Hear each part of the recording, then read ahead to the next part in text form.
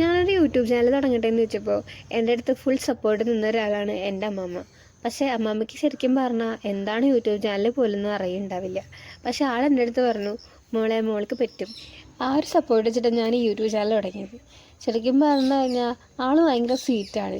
എപ്പോഴും നമുക്ക് ഫുഡ് വേണോ കഴിക്കുന്നില്ലേ എന്ന് പറഞ്ഞ് നമ്മുടെ പിന്നാലെ നടന്നുകൊണ്ടിരിക്കും. പക്ഷേ ഒന്ന് രണ്ട് കാര്യം മാത്രം ആൾ കുറച്ച് ടെററാണ്. ഒന്നാമത്തെ കാര്യം, ഞാൻ ലേറ്റായിട്ട് വീട്ടിൽ നിന്ന് പുറത്ത് പോകുന്നത്. അത് ഞാൻ മാത്രമല്ല, അമ്മയായാലും എൻ്റെ അനിയത്തി ആയാലും ലേറ്റായിട്ട് പുറത്ത് പോകുന്നത് ആൾക്ക് വലിയ താല്പര്യമില്ലാത്ത കാര്യമാണ്. പിന്നെ മുടി കട്ട് ചെയ്യുന്ന കാര്യം, അതും ആൾക്ക് ഇച്ചിരി കുളം ദേഷ്യമുള്ള ഒരു കാര്യമാണ്. അപ്പോൾ ഞാൻ ഈ പൂ കൊണ്ട് കൊടുത്ത് വെറുതെ ആളൊന്ന് സർപ്രൈസ് ചെയ്യാതെ വിചാരിച്ചു. പക്ഷേ ഞാനായി സർപ്രൈസ് ആയിപ്പോയി. I love you.